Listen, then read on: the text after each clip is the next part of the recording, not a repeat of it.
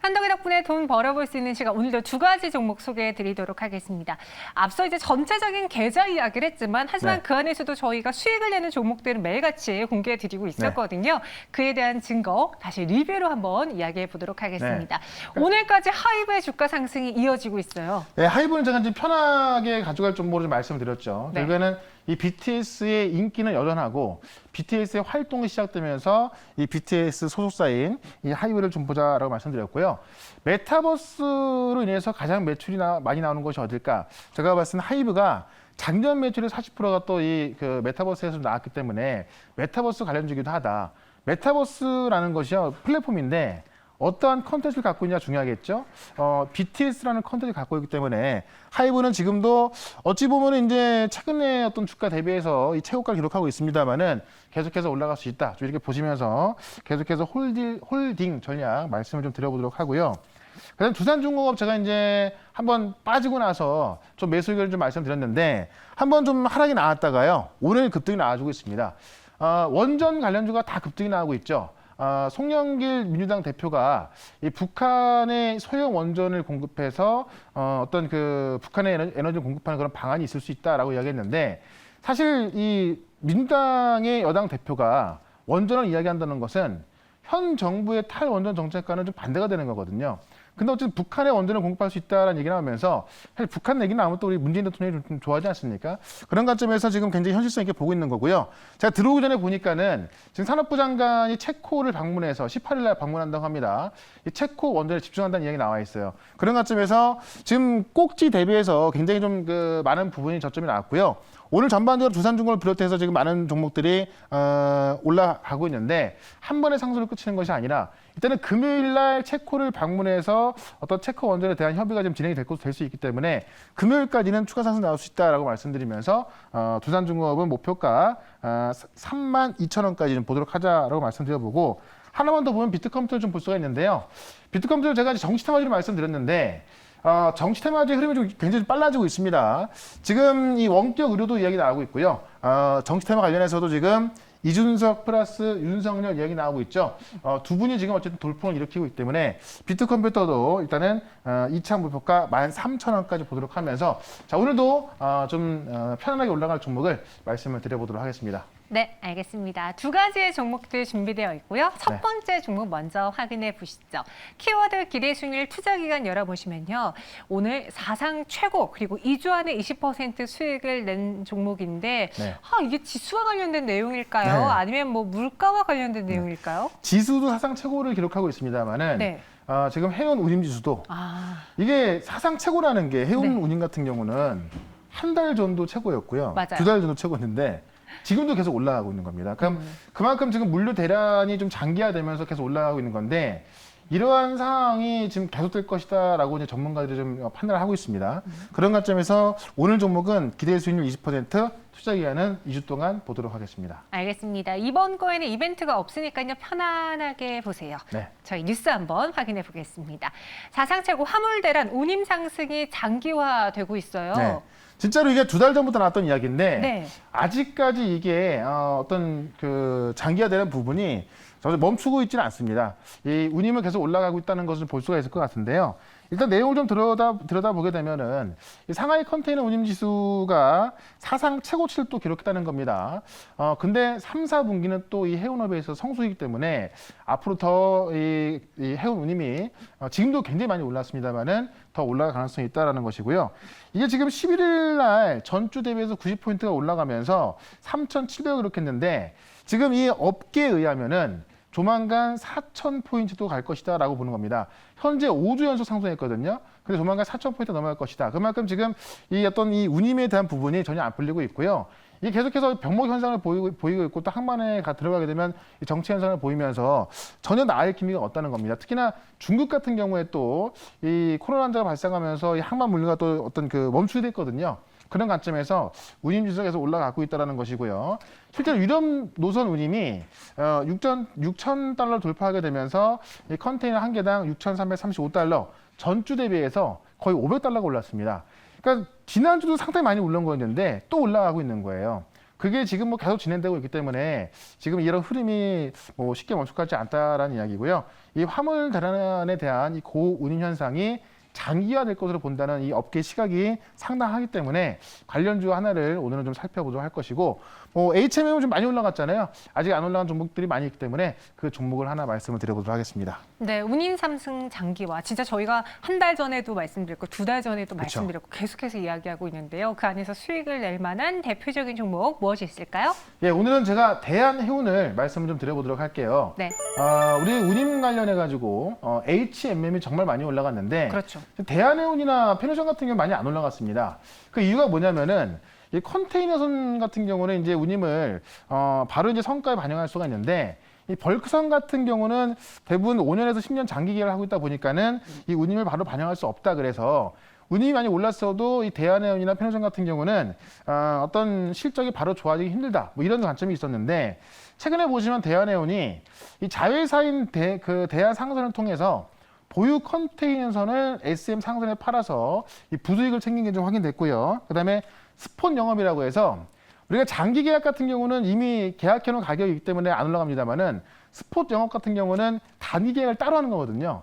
근데 지금 장기 계약이 만약에 100달러라고 한다면은 지금 스폿 영업 같은 경우는 거의 10배 가는 가격이 올라 있습니다. 그렇기 때문에 이 스폿 영업이익이 지금 비중이 상대적으로 높아진다고 하고 있고 2분기의 실적이 이 스폿 영업이 상당히 많다고 해요. 그래서 우리가 그 벌크선 같은 경우는 어떤 성과를 바로 반영하지 못한다라고 좀 보고 있었습니다만은 스폿 영업이 좀 많아졌기 때문에 그 이익이 그대로 2분기 실적으로 반영될 수 있다라는 것이고요.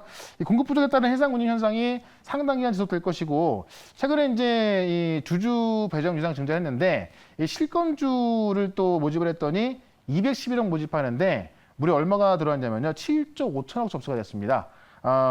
경쟁률이 357대 1. 많은 사람들이 이 대한해운의 어떤 유증을 받기 위해서 몰렸다는 이야기입니다. 그런 관점 봤을 때 유통주가 48%인 대한해운 이 올라가는 운임을 본다고 한다면은 주가 상승은 한 번 더 남아있다. 좀 이렇게 보는 게 맞는 것 같고요. 그런 관점에서 차트를 좀 보도록 하겠습니다.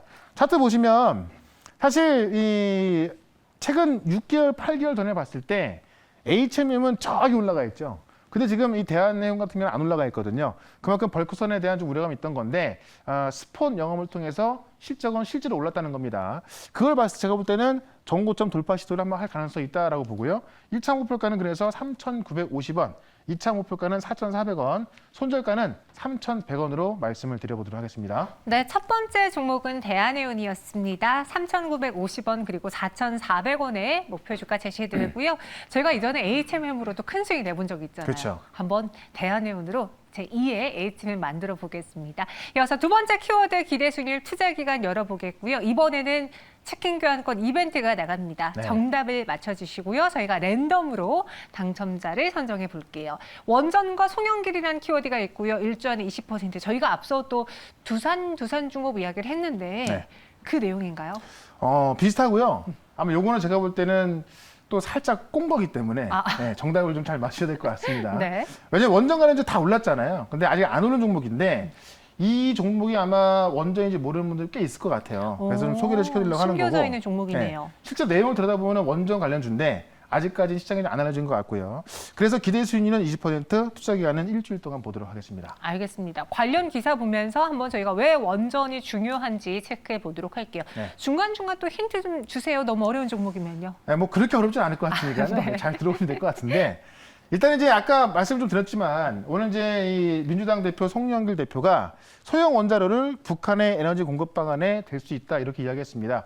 이 이야기가 나오면서 오늘 이제 원전 관련주가 다시 급등을 한 건데 내용을 좀 들여다보면은 국회 교섭단체 연설에서 북핵 문제 해결을 전제로 해서 소형 원자 모듈을 대안으로 하자 이렇게 제안을 했고 실제로 작년 12월 달에 이 소형 원전 같은 이 SMR 개발 계획을 원자력진흥위원회에서 확정을 했습니다. 그래서 현재 우리가 탈원전을 가고 있습니다만은 원전을 개발해서 수출한 것을 확정을 한 것이기 때문에 이 SMR은 이제 실제로 소형 원전을 개발해서 뭐 북한이든 어디든 수출할 수 있다 이게 확정이 된 거라서 이거를 이제 북한에 한번 보내보자라는 의견이 나온 것이고 실제로 지금 뭐 재생에너지만으로는 이 완전한 탄소 중립을 이룰 수 없기 때문에 이런 부분을 이 송영길 대표가 문재인 대통령한테 건의를 했었고 그리고 나서 이제 한미 원전 협력을 맺었다는 거죠. 그런 걸 좀 봤을 때 사실 이 탄소 중립을 원전 없이 한다는 것은 뭐 불가능하다는 것은 우리만이 아니라 전 세계적인 시각이기 때문에 지금 원전이 다시 올라가고 있는 거거든요. 그런 관점 봤을 때 원전은 어떤 좀 메가트렌드 흐름에 있어서 좀 많이 빠졌을 때 매수 관점 보자 이렇게 말씀드리면서 오늘은 지금까지 시장에서 많이 반영되지 않은 그런 종목을 말씀을 드려보도록 하겠습니다. 네, 북핵 문제 해결책 소연 원전이라는 기사를 한번 읽어봤습니다.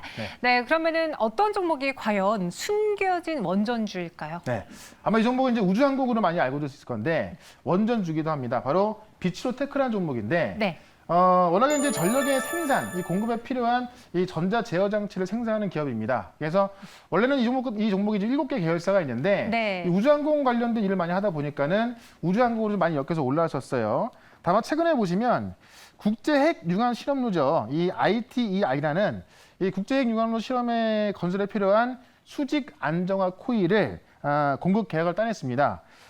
핵융합 반응을 일으킬 때 사용되는 이 1억 도 이상의 초고온 플라즈마를 안정화하는 장치인데 이 장치를 공급 계약을 따냈는데요. 뭐 그냥 혼자서 이제 수주를 따낸 것이 아니라 이탈리아나 유럽 기업들하고 입찰 경쟁을 벌여서 이런 성과다라고 좀 보시면 될 것 같고요. 탄소 진입을 위해서 위한 필수인 스마트 그리드 핵심 설비를 개발해서 실제로 지금 뭐 이 스마트 그리드 핵심 설비를 또 공급하고 있다라는 걸 볼 수가 있을 것 같고 현재 또 지금 정부 관리에 수행하고 있고요. 온실가스로 수소를 생산하는 탄소 중립 핵심 기술을 또 현재 국제 과제를 진행 중이다.